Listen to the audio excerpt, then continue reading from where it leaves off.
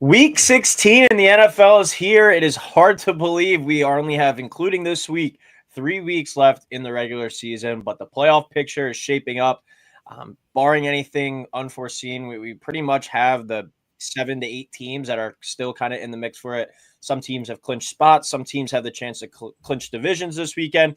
And the season's quickly finishing up, but I really think we found kind of like the elite tier of teams and teams that have a legit shot at the Super Bowl.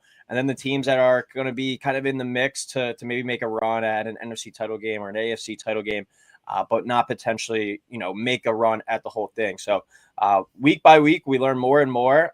But welcome back to the show, Kev. How are we? Live from Australia. A little interesting plot twist to the show there. Yeah, no, it's 9:38 here. So I just woke up recently. Very different watching the games this past Sunday, or I actually watched the Eagles early Monday morning.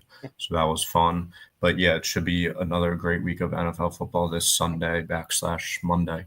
Yeah, dedication. We have the Thursday night game on our show this week too with the Chargers and the Broncos. We'll start with that. That'll be a Friday A Friday morning game for you? Yes, I don't know what time. I'll Don't be even know. honest, I probably won't be watching it. All right, well, recap week 16 real quick. 8-10 by me, a 7-11 by you. Both went 3-2 straight up. 2-3 against the spread for me, 1-4 on the total, 0-1 on my dog with the Dolphins. Just putrid against anybody who is somewhat of a good football team. 1-0 on my lock of the week. I forget off the top of my head what it was last week, but 1-0 on my touchdown with CeeDee Lamb. 0-1 on your dog, 0-1 on your lock, and 0-1 on your touchdown. So looking for a bounce back this week. Great NFL schedule this week. Big game on Thursday between the Broncos and Chargers we'll touch on first. Saturday, we have 2 really good games along with the college football playoffs. Saturday is just a great day of football. And Sunday, we got some meaningful ball games as well before we get into our dogs, our lock, and our touchdown score of the week. But we'll start on Thursday night. The Broncos at 9-5. The Vikings, we'll talk about them in a little bit. I think they might be the biggest surprise in the league, but the Broncos at 9-5 can't be that far behind them. They'll be traveling to LA to play the 8-6 Chargers, who have been reeling recently. 8:15 on Thursday Night Football on Amazon. Chargers 3-point favorites still at home though, over under 42.5. Do you think the Chargers can kind of get off this little losing run that they've been on and right the ship before the playoffs go? No, I don't think they do here. I have the Broncos winning a close one, 23-17. So Broncos +3, under 42.5. The Broncos win and they clinch a playoff spot here. And then kind of as you mentioned, the Chargers need to win to keep their current spot as the 7th seed. The Chargers' identity all year has been running the ball and playing great defense, but since J.K. Dobbins went down, the team has just 182 rushing yards in their last 3 games. The defense has continued to play relatively well, but not as well as they were in the beginning of the season. Both of these teams have offenses that are not exactly known for being elite. Herbert has always been talked about based on his potential, but he still lacks a ton of weapons on the offensive side of the ball. And then Nix has had a really nice rookie year, but I still think he has lots of room for improvement. But the Broncos defense is the difference to me in this. They rank inside the top 3 in almost every passing metric. And given the lack of weapons for the Chargers and then the disappearance of the run game, I'm going with the Broncos here. Yeah, the Chargers have not been able to muster up much offense in recent weeks. They were really playing a lot better when J.K. Dobbins was in the lineup. That gave them at least a legit option in the running game. As we know, this passing game is very limited with the weapons at Justin Herbert's disposal this year. But without J.K. Dobbins, the defense, I think, has felt the wrath of that a little bit as well. The defense hadn't given up more than 20 points all season. Now they've given up 20 or more in 3 of their last 5 games. So that defense for the Chargers has really been struggling, and they had a really simple formula at the beginning of the year. It's run the ball. Herbert was making key plays on third downs, a couple of big throws throughout the game, and the defense was doing just enough to keep them in the games. They were winning games like 2017, 17-14, kind of in that ballpark. And the talent on the roster, really, I just don't think is there. And I think they were playing a little bit above their head this season, and we're starting to see it as injuries happen and whatnot. The talent on the roster is getting exposed, and I think it's just falling apart for these Chargers right now. I'm excited to see what they can do this offseason. I think they have top 5 most cap space in the league, so a chance to, with a pretty solid foundation, I think, build around Herbert, and Harbaugh has been a great coach leading this team to 8 wins in general and potentially a playoff spot here. But I just think as the year's gone on, their lack of talent has really been getting exposed. So I don't think that the Chargers have I'm not going to say not have a complete chance in this one, but I don't think that they're going to win this game. I think the Broncos are playing really well and really confident, and the Chargers are a bit broken right now. So I'm going to have the Broncos going on the road here, getting a win to go to 10-5. I'll go Broncos 24, Chargers 17. So Broncos +3 and under 42.5. All right, now we go to Saturday where we have 2 games, and then we have 2 games on Sunday as well. We start on Saturday with the 9-5 Houston Texans going to the 13-1 Chiefs, where Patrick Mahomes is a full participant in practice after missing some time last week. He's practiced 2 days in a row now. So it'll be interesting to see if he plays on Sunday or Saturday afternoon. They have a quick turnaround for a game on Wednesday as well on Christmas. But it's a 1:00 game on NBC. Chiefs 3-point favorite. Over under is 41.5. Yeah, the storyline heading into this one, like you mentioned, is obviously Mahomes' health. It does look like he's going to be playing this week. The Chiefs have played close games all year and have not been able to score a ton. But part of the Mahomes' ability to close games often comes with his legs late in the fourth quarter. With the injury, I think he might be a little more reluctant to scramble, and I think this could end up being the difference in the game, as the Chiefs have relied on Mahomes' ability to finish close games all season long. And then the Texans are second in the league in takeaways with 2 a game. I think the Texans defense is able to stop Mahomes in the fourth quarter here, and Stroud does just enough to get the win. So I'm going Texans winning by a field goal, 20-17, Texans +3, under 41.5. Yeah, even though Mahomes has practiced both days as a full participant this week, I don't think it's 100% that'll play, especially with this quick turnaround. And as you were kind of saying, they have a nice cushion a little bit there for that number 1 seed right now. So I wouldn't be surprised if they sit him out this one and then have him play on Christmas Day on Wednesday. That just gives him a little bit more time. And as we know with the Chiefs, all they have to do is playoffs, but still they're gunning for that 1 seed. It would be nice if they could get that. But at the same time, you want to kind of value the long-term health of Patrick Mahomes for this season as well. But if he's a full participant in practice, he's going to push to play, and he's a tough guy. We've seen him out there with ankle injuries multiple times before. I'm going to keep it simple here. Patrick Mahomes plays, the Chiefs win.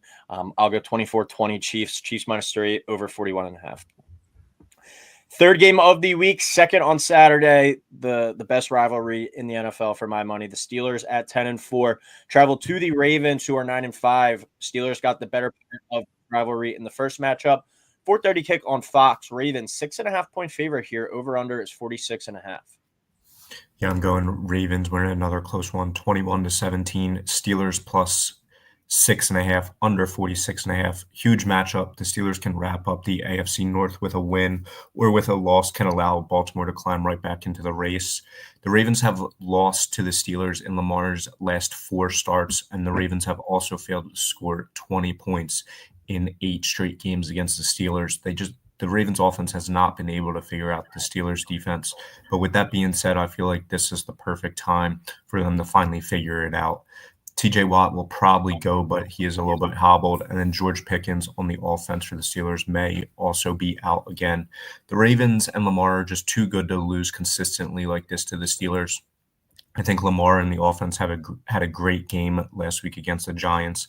I think they can carry the momentum into this week.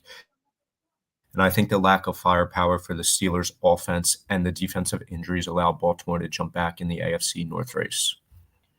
Yeah, the year is 3,000, and the Ravens and Steelers just played yet again another close game decided by 1 or less possession. Like, it's insane how often these two teams play just down to the wire in the closest game. And that's why, even as an Eagles fan, this is like my favorite game of the year when these two teams play, especially when they're both good and having, an elite season like they are. Like, these are two teams definitely going to the playoffs. How deep of a run can they make? Who knows? But I'm not ruling either of these teams out with their great head coaches and the track record of these franchises. But in the last 9 matchups between the Ravens and Steelers, they've all been decided by 1 possession or less. It's just insane, year in, year out, matchup in, matchup out. Bad quarterback playing, great quarterbacks playing. These two teams always find a way to go down to the wire. The last time it was decided by more than 1 possession was a 28-10 Ravens win on December 29th, 2019. So COVID hadn't even happened yet the last time these two teams played a game that was not decided by 1 or less possessions. Just insane. I do like the Ravens, though, in this one to get their revenge and keep their AFC North hopes alive. But the Steelers aren't going to go away easy. Coming off a loss, Mike Tomlin will have them ready.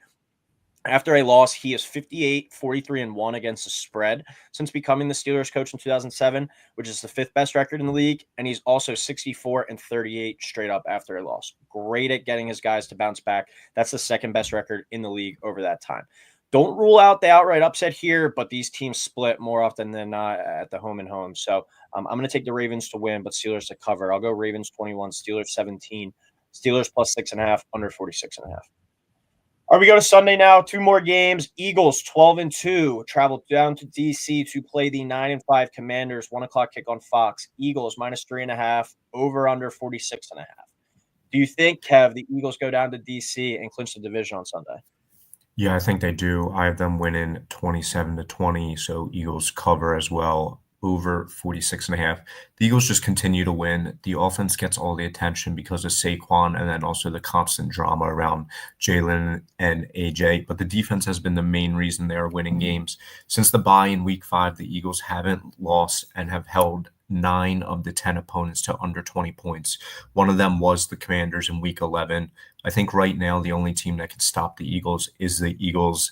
It seems like Jalen, AJ, and even Nick Sirianni and the whole team were able to work through the drama and can look forward to trying to secure the 1 seed in the NFC.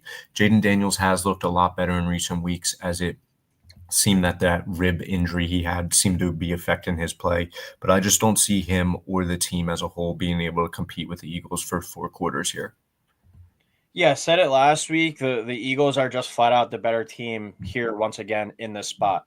I think they're flat out the best team in the NFL, and I think you said it really well. The only team that can stop the Eagles is the Eagles themselves, and if they let kind of the outside noise and the WIP naysayers into the locker room and into their own thoughts and actions, I really think that's the only thing that can bring this team down. You saw it last week. They came out throwing the ball, and then they closed it with the run game with that 20-plus play drive. They had a big second half on the ground the last time they played the Commanders. Saquon had 2 rushing touchdowns in the fourth quarter, one for 23 yards and one for 39 yards. It's a team they just wear on you, and then they have that ability to give that final blow, deliver that final punch, and knock you out. And I think that's the best part about this Eagle squad. They can beat you in so many different ways. And I think over the next few years, instead of this being like an Eagles-Cowboys division, this is going to be an Eagles-Commanders division. I think these two are going to be tight for years to come, as long as these quarterbacks and the overall coaching staffs are able to stay intact on both sides. I think these two teams are set up for some pretty good long-term success, but I just don't think the Commanders are quite on that level yet. So I'm going to take the Eagles to win and clinch the NFC East on Sunday. I'll have them cover as well, 30-21. So Eagles minus 3.5, over 46.5.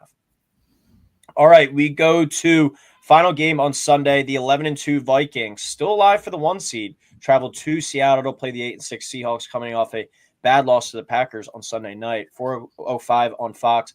Vikings 4.5-point favorite. Over under is 44. Yeah, I'm going Vikings winning 24, Seahawks 23, Seahawks plus 4.5, over 44. The Seahawks are saying they're optimistic Geno will play this week. I don't think it really matters. I think the Vikings are going to win.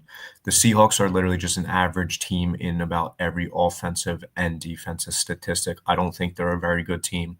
On the other hand, I think the Vikings are a very good team. I think Aaron Jones can have a huge day against the Seahawks defense that has seen the Cardinals and Packers have success in the running game against them the past 2 weeks. And then Darnold has continued to play well and is making it very interesting to see what the Vikings will do with his contract next year. Obviously, J.J. McCarthy was drafted as the future, but that's something interesting to watch as the season progresses and even in the offseason. But that doesn't really matter right now, as the Vikings now have the same record as the Eagles and Lions in a three-way race for the 1 seed in the NFC. The Vikings and Lions 1 seed battle is also super important because it can flip a team from the 1 to the 5 seed, but I like the Vikings to continue winning here. Yeah, I've been saying all year, I think on this show, the Seahawks are my least favorite team to talk about. I think they're frauds. I think they're an average squad, and I'm very surprised to see them there at 8-6, but they're a team, if they do find their way into the playoffs, I would definitely be picking against them there. We saw what the Packers, a good team, did to them on Sunday night at home. And the Seahawks, like I said, it's still in the division race for sure. I'm pretty sure They have a chance to, or I know they still have a chance to win. They might even have a chance to control their own destiny.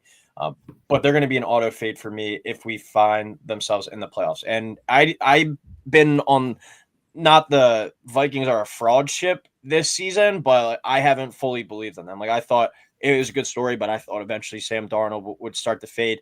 And I'm in on this team now. It might be time for me to officially buy in on them, push those Sam Darnold narratives to the side. He's obviously having a career year here. And the defense legit led by Brian Flores. Jones can really run the ball. The duo of Addison and Justin Jefferson is deadly. Hawkinson at tight end. The team has all the pieces. It kind of ultimately comes back to, will Sam Darnold cost him a game? Will he make a costly turnover? And he's played really well this year, led this team to 11-2. Why can't they make a Super Bowl run, especially with all the Lions injuries? If the Vikings win out, they'll win the division and be the 1 seed. This team is for real and has a chance to make some noise. And I think that they go on the road and get another big win here against the Seattle Seahawks. I'll go 27-16. Vikings win. So Vikings minus 4.5 and the under of 44 there. All right, final 3 picks of the week. Our dog of the day, our lock of the week, and our touchdown score of the week.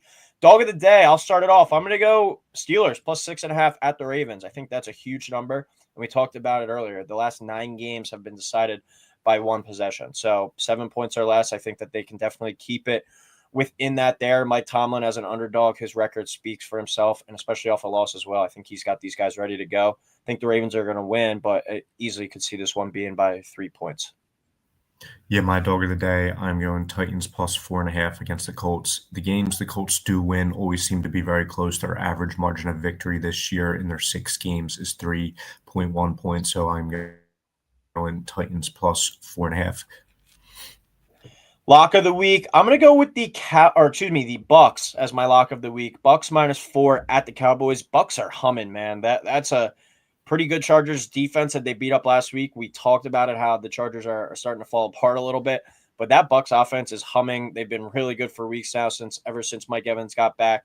You can run the ball with Bucky Irving and Rashad White. That is a really good Bucks offense, and the defense, as always, under Todd Bowles is a pretty dangerous unit as well. I really like them to go in and beat up on a really banged up Cowboys defense this weekend. Yeah, my lock of the week, I'm going Eagles minus 3.5 against the Commanders for all the reasons we already talked about already. I think they're just a better team than the Commanders, and defense has been playing lights out. Okay, and our touchdown scores of the week, I'm going to go with Mike Evans for mine. He comes in at minus 110. He's been balling since he came back from that hamstring injury that he had. And as I said, a very banged up Cowboys defense right now. I think he's able to exploit that. Mike Evans, minus 110 for my touchdown score of the week. Yeah, my TD scorer, I'm going Saquon against the Commanders. No TDs for Saquon in his last 2 games. I think he's due here, and I think he can have a good day in Landover. Yeah, he had a really strong fourth quarter, and I agree. I think we're due to see.